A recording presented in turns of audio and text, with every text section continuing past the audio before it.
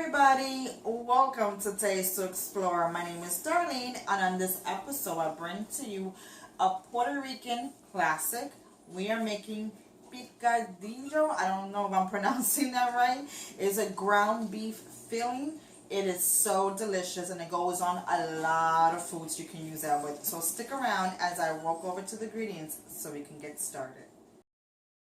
Let's go over the ingredients. We have 2 tablespoons of tomato paste. We have some salt to taste. Then we have some black pepper to taste as well. We have a teaspoon of oregano. We have coarsely chopped teaspoon of ground, well, it's not really ground, it's very coarse, cumin. I have 3 tablespoons of sofrito, and I will leave you the link to this below. Then over here I have a mix of things. I have a little bit of cilantro, just a tablespoon. I have 5 cloves of garlic. I have some chopped onions and chopped mixed red, green, and yellow bell peppers. If you want to use this, perfectly fine. If not, you can skip them out.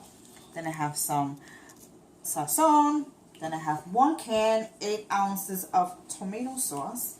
And over here I have ground meat. This is chuck. This is about 3 pounds right here. So let's get right to it. A hot skillet. I'm going to put in my ground beef to cook.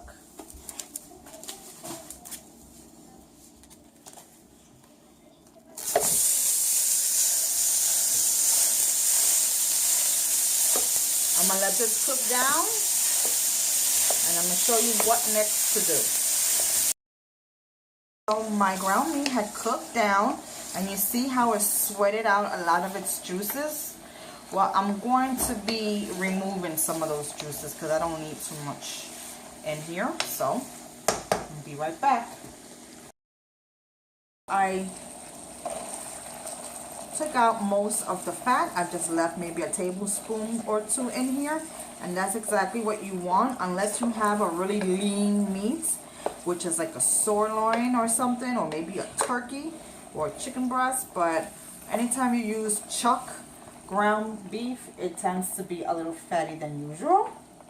Alright, so now we're going to put in our vegetables. Now you can totally like omit this because it's going to have sofrito in it, but I like the extra flavor it brings to it. I mean, at times I make it without it, but then there's times when I have all the ingredients, I'm going to make it with it.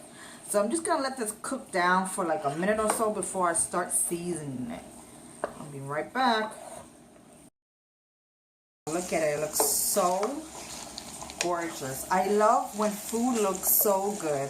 And you know, presentation is everything when it comes to food. If it looks good, most likely people are gonna go for it, you know? You know how that can be. Alright, now I put my sofrito and let it cook down some. You know, every household does it different. So, you know, feel free and to do it the way that you're used to, or that the ingredients that you have on hand. Like I said, the vegetable part is totally optional, but it's nice to have it. You know, it tastes really good with it. Gives it an extra kick of Latin flavors. I mean, I just love it. But, you know, at times I had omitted, so that's fine too. And now we're going to season it because it's pretty much done. So we're going to put the salt to taste. I didn't put too much there.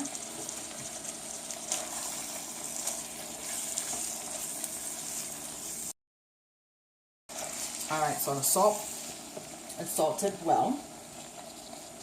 Then I put in my other ingredients, which is the black pepper and oregano. Put in the coriander and the sazon. So yummy and delicious.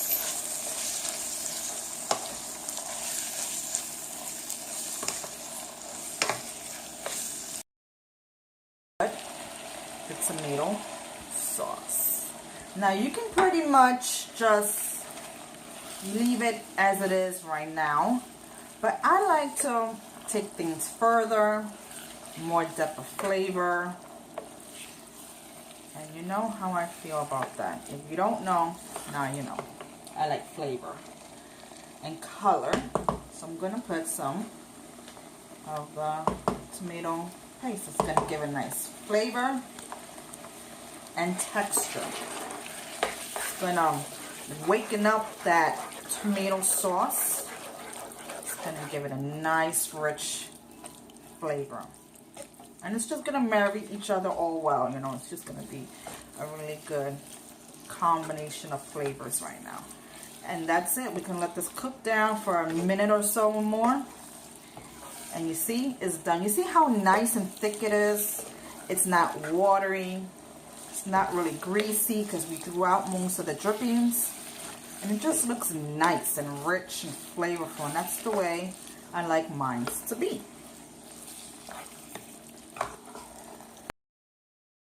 Pretty it is. Just beautiful. I love it. Now this, my friends, you can eat it by yourself with rice, or you can make empanadas or even acapurias with this. I will leave you a link to my homemade empanadas and my homemade acapurias.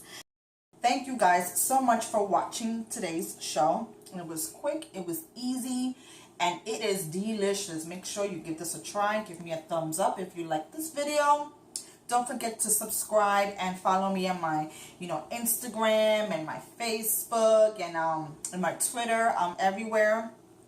And make this for your next meal. And stay tuned because I'm going to use this in another classic Puerto Rican dish. And if you have any classic Puerto Rican dishes or anything else that you would like to see me make, leave a comment below. I would love to get inspired by ideas from what you like to eat or what inspired you. So take care. See you later. Bye-bye.